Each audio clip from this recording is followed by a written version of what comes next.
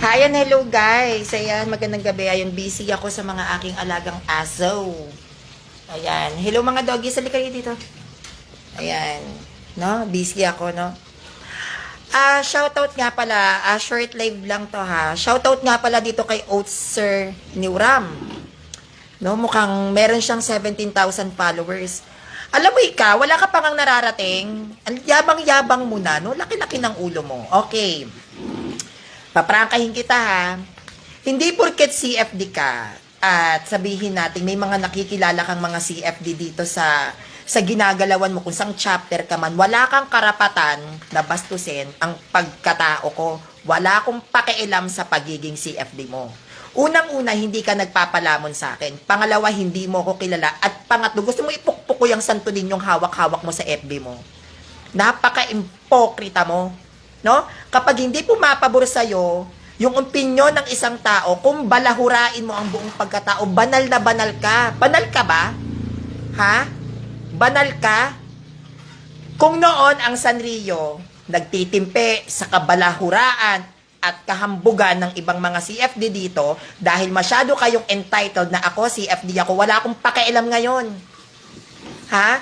Yang Oatser Niuram, ang kapal na mukha mong uriin mo yung pagiging bakla ko. Bakit? Banal ba yung pagiging lalaki mo? Ha? Banal na banal ba ang tingin mo sa sarili mo? Talaga ba? Ha? Sigurado ka, ha? Bago mo ko questionin sa pagkatao ko, questionin kita. Ikaw ba mamamatay kang santo? Ang kapal ng mukha mo no? Sabihan mo ko ng bakla. O bakit? Tinatanggi ko ba? Sasabihin mo, bakla, makasalanan. Hindi mo alam ang stand ng simbahan sa bakla. Ang daming baklang CFD paminta. Ha? Ang daming baklang kamarero. Ang daming baklang sakristan. May baklang pari pa nga eh. Oh, anong problema mo sa bakla? May pahawak-hawak ka pa ng Santo Niño. Gusto mong pukpuk ko sa'yo yung rebulto ng Santo Niño na hawak-hawak mo. Ha? Napaka-impokrito mo. Wala kang karapatan uriin kung ano ang kasalanang meron ako. Wala kang karapatang sukatin kung ano ang kasalanan ko na nagagawa ko sa Diyos. Diyos ba kita? Ha? May papila-pila ka pa sa komunyon, ganyan ang pag-uugali mo? Ha? 17,000 followers? Yan ba pinagmamalaki mo? Hindi ako nagyayabang pero wala ka pang ang nararating. Ang laki na ng ulo mo. Gusto mo putukin ko yung laki ng ulo mo? Ha? Huwag kang entitled na CFD sa akin. Wala akong pakialam, pare-pareho tayo ng kinakain dito. Pwede tayong magtalo sa opinion pero wala kang karapatan na uriin mo ang pagkatao ko. Yan. Diba? Namimihasa kayo. CFD ako, Sanrio, bakla ka. CFD ako, ikaw Sanrio, gayto ka, wala akong pakialam. Ang kinakain mo ay kinakain ko din. Narating ko yung gusto kong marating. Napuntahan ko yung gusto kong napuntahan. Nakilala ko yung gusto kong makilala sa loob ng simbahan, pero hindi ako naging hambog sa mga taong nakapaligid sa akin. Mapa-PWD, mapabakla, kung sino mang CFD na nag-open up sa akin, pagdating sa kasarian nila, tanungin mo kung hinusgahan ko. Who am I to judge? Kapag kayo, hindi sa inyo pumapabor ang isang Katoliko, sasabihin nyo, feeling entitled, ha? CFD, wala akong pakialam. Kung dati, nagtitimpi ako, dahil masyado pang bata, yung emosyon ko ngayon, hindi na. Pare-pareho lang tayong kumakain dito. Diba? Hindi ko sinabi na manood kayo sa mga live ko. Hindi ko sinabi na magbasa kayo sa mga post ko. Kung hindi nyo gusto yung nababasa nyo, ipikit nyo mga mata nyo. Ano yan? Anong tingin nyo sa mga CFD na hindi sumali sa mga chapter ng organization? Tuta? Laruan? Na dahil pinagmamalaki nyo na I am a certified and have a certificate of being a CFD inside the organization, you have the right to manipulate people? Sir? Sigurado ka? Mataas ang paggalang ko sa matatanda. Pero kapag alam ko na yung pagiging matanda mo ay walang direksyon at wala kang pinagkatandaan, puksaan na lang tayo. Kung ikaw, meron kang kakayahan at feeling mo may karapatan kang mambastos ng ibang Katoliko dito, ayon sa kanilang opinyon, magbastusan na lang tayo. Ingrata na kung sa ingrata. Impokrito sa impokrito. Ano yon? Magpepiesta kayo kakabastos ng ibang Katoliko dito, lalong-lalo na pagdating sa gender identity, para lang sabihin naming banal kami habang nagpepiesta ka? Nauriin mo yung mga bakla dito. Bakit? Nilibot mo ba ang chapter ng CFD sa Pilipinas kung ilan ang baklang nagsiserve sa loob ng simbahan? Nakita mo ba ang mga mukha ng mga kabaklaan na nagpapaganda sa mga images kapag dumarating ang isang prosesyon, ang nagpapaganda ng mga bulaklak?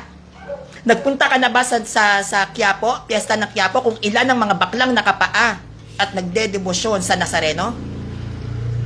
Bakit? Dahil ba sa lalaki ka? Banal na banal ang tingin mo sa sarili mo? Talaga ba?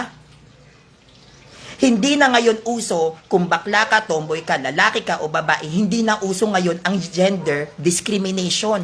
Ang bakla at tomboy ay bahagi na ng tao at ang bakla at tomboy ay niyayakap ng simbahang Katolika. What's wrong with that?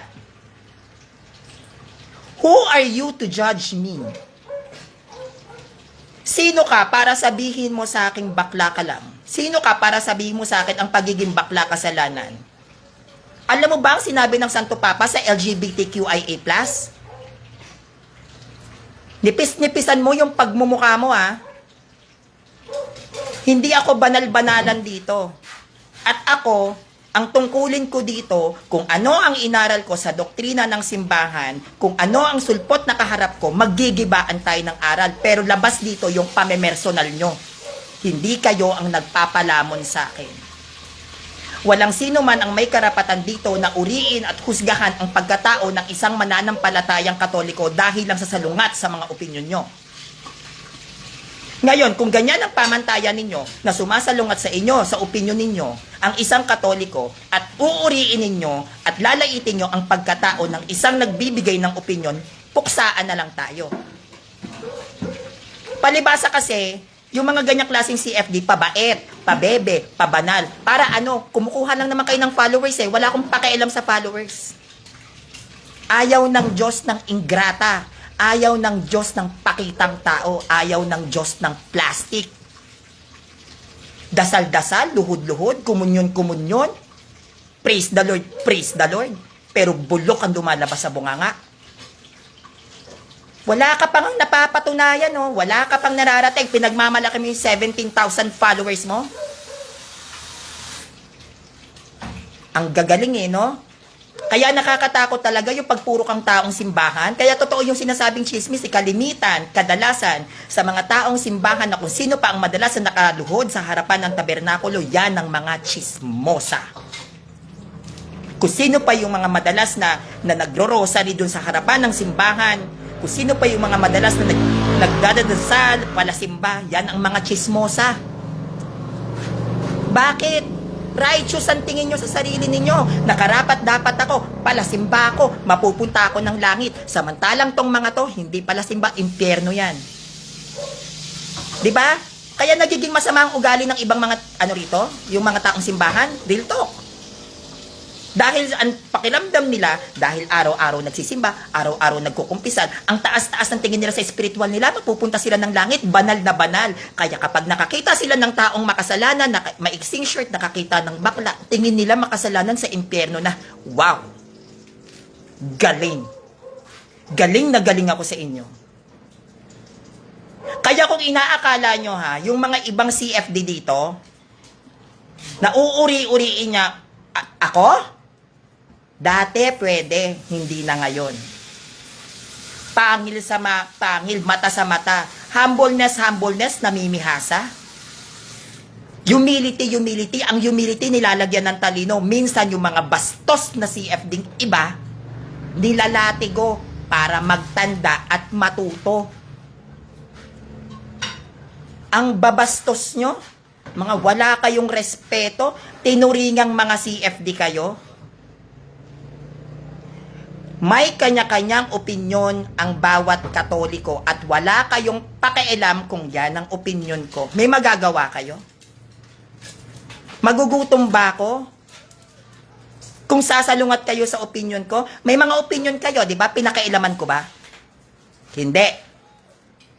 Nasa taong makikinig, yung sinasabi ko, kung para sa kanila nakakatulong o nakakasama.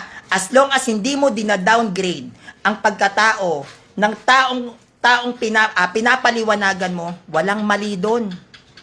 As long as ang intention mo is makatulong, magbigay ng criticism, okay, masakit, criticism, but constructive, there's nothing wrong about it.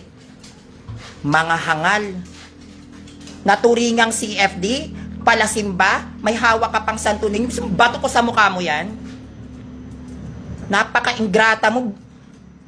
Buti hindi ka nasusunog. No? Habang hawak mo yung santo ninyo na nasa loob ka ng simbahan, nilalait mo ang mga bakla. Hindi ka nahihiya sa sarili mo? Proud ka pa, may krus-krus ka pa rito. Buti hindi ka napapasok. Pagdating sa pagiging Katoliko, hindi lang tayo bumabase rito sa aral. Bumabase din tayo kung paano tayo tratuhin. At hindi ako papayag na may mga Katoliko dito na babastos-bastusin ako. Ang bawat presentations ko at aral ko at kung saan man ako nakarating, pinaghirapan ko yan, dugot pawis. Hindi ako papayag na may mga CFD dito na walang ginawa, kumuya-kuya-kuy, wala namang napatunayan dito sa larangan ng pagdedebate, bigla ka magsasalita sa akin ng ganyan. Talaga ba? At least ako, self-teaching ako. Self-study ako. Kaya mo. Lahat ng mga debate na pinagdaanan ko, hindi ako nagyayabang ha. Pinapaliwanag ko lang. Lahat ng debate na hinarap ko, sarili kong pag-aaral yon. Kaya mo na ikaw na may hawak ng santo ninyo? So, pakain ko sa'yo yan. Kung hindi mo kayang respetuhin ako bilang tao, ibabalik ko din sa'yo yan. Hindi lang ikaw ang may karapatan sa Pilipinas at bilang Katoliko na mambastos. Kung kaya mo kong bastusin mula ulo hanggang talampakan, magbabastusan tayo dito. Tigas ng mukha mo? Sino ka? Para hubaran mo ko mula ulo hanggang talampakan. Kilala mo ba ako? Yung Oatser? New Ram? Ayan, nandito. Title ng live ko. Anong karapatan mo na uriin ang buong pagkatao ko? Hindi mo ba alam kung anong pamilya meron ako? Mahiya-hiya ka naman din sa mga kamag-anak ko. Ang pamilya ko ibinubuo ng madre. Yung pamangkin ko magpapare, seminarista. Ang mga magulang ko madasalin. At ang makikita mo sa akin yung pagiging bakla ko. Bakit? Yung pagiging lalaki mo ba banal? Kung ako, unholy ako, sa paningin ng lahat ng tao, yes, kaya nga nandito si Christ dahil sa akin kasi hindi ako banal. Ngayon, kung tingin mo sa pagkalalaki mo, banal na banal ka, ngayon pa lang mamatay ka na. Para diretso ka na sa langit, para lahat kami pray for us. Ang pagiging bakla ko, ang pagiging makasalanan ko, ang pagiging mahina ko, yan ang dahilan kung bakit may intercession of the saints. Yan ang dahilan kung bakit may simbahan, dahil yan ang ospital ko. Yan ang dahilan kung bakit may Kristo. Why He crucified? Because I am a sinner. Yes. Ngayon, kung banal na banal ka sa pagkatao mo, banal na banal ka sa sarili mo, ngayon pa lang mamatay ka na para makanonize ka ng maaga dyan sa Roma. Mga feeling righteous. Kunyari ganito, pero bulok naman sa loob. At least ako, kahit ako babakla-bakla, yung pagkabakla ko, ginagamit ko para sa simbahan. Bago kayo mag-discriminate ng mga bakla at tomboy sa loob ng simbahan, i-check nyo muna yung mga pagiging lalaki nyo ha, kung banal. Baka sakaling mahiya naman talaga kami. Pinsan mo ata si Alvin Aragon eh. May tililing ka ba? May sayad ka? 2026 na, uy. Ano, ganon? Ganon? Tililing? O meron kang issue sa mental health mo, kaya hindi mo naiintindihan ng stand ng LGBTQIA+. May ganon ka ba? Ha? CFD kuno. Pweh!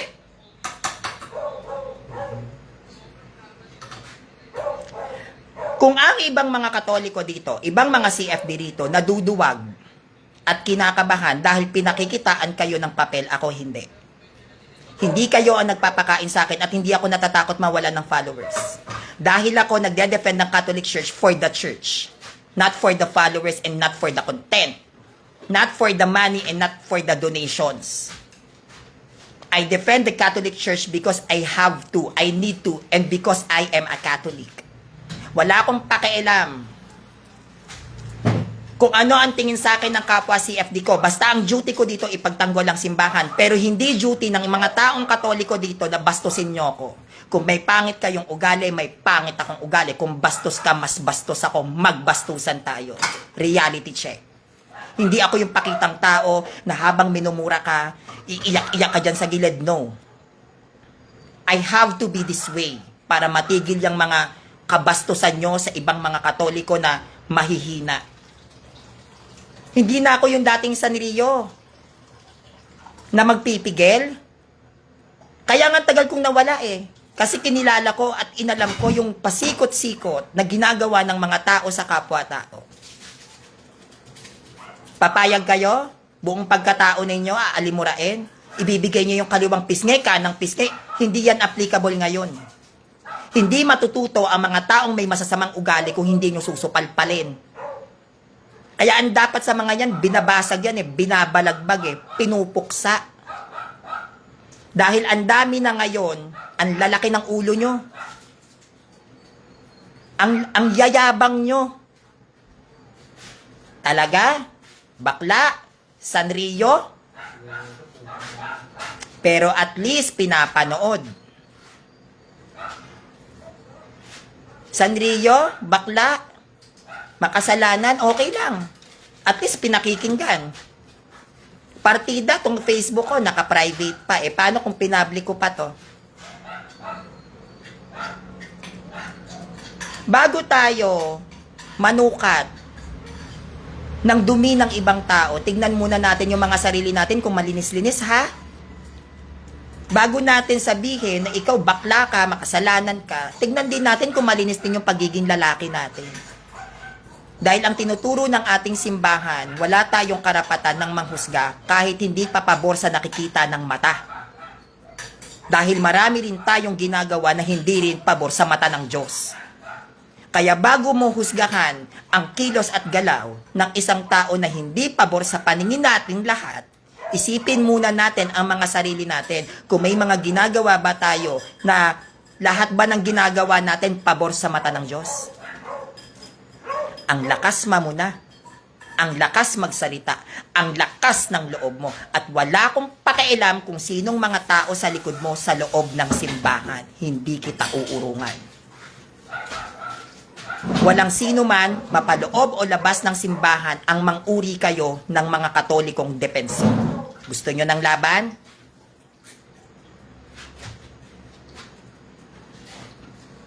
Bago kayo magsalita na ang ginagawa ng kapwa nyo ay hindi karapat-dapat, tignan nyo muna kung karapat-dapat ba lahat ng ginawa nyo habang nabubuhay kayo, magpasa hanggang ngayon. Dahil kung lahat ng ginagawa mo ay karapat-dapat sa Diyos, huwag kang magkumpisal. Ngayon palang mamatay ka na. Para maging banal ka, maging santo ka, mapabilis ang canonize mo. Dahil ako, pinipilit at sinisikap kong itama yung mga pagkakamali ko, pero hindi ko kahit kailan pinaramdam sa mga taong nakapaligid sa akin na banal ako. Ingrata.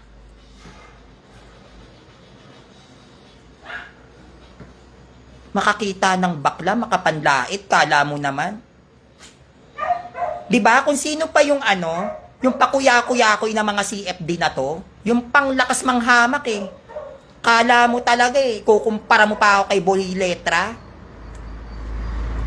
Iba si Boy Letra, iba ako, iba ang pagiging CFD niya, iba pagiging CFD ko, wag mo kaming pinagkukumpara. At wag mong sasabihin sa akin na naiinggit ako kay Boy Letra, walang nakakainggit sa pagiging CFD dahil wala namang kaming sinasahod dito. Kahit gaano ka pa kasikat, kahit nasa pinakataas na tungtungan ka, bilang isang CFD, pare-pareho kaming nganga. Wala kaming sinasahod dito kahit maging manager ka pa. Dahil lahat ng ginigampanin ng pagiging CFD, kilala man o hindi, ay kusang loob na dumedepensa sa simbahan ng libre. At kahit kailan hindi ko kaiinggitan ang mga depensor ng simbahan dahil hindi ako nagdedepensa para sa pangalan. Wag mo kong itulad sa'yo, hangal. Kakapanggigil.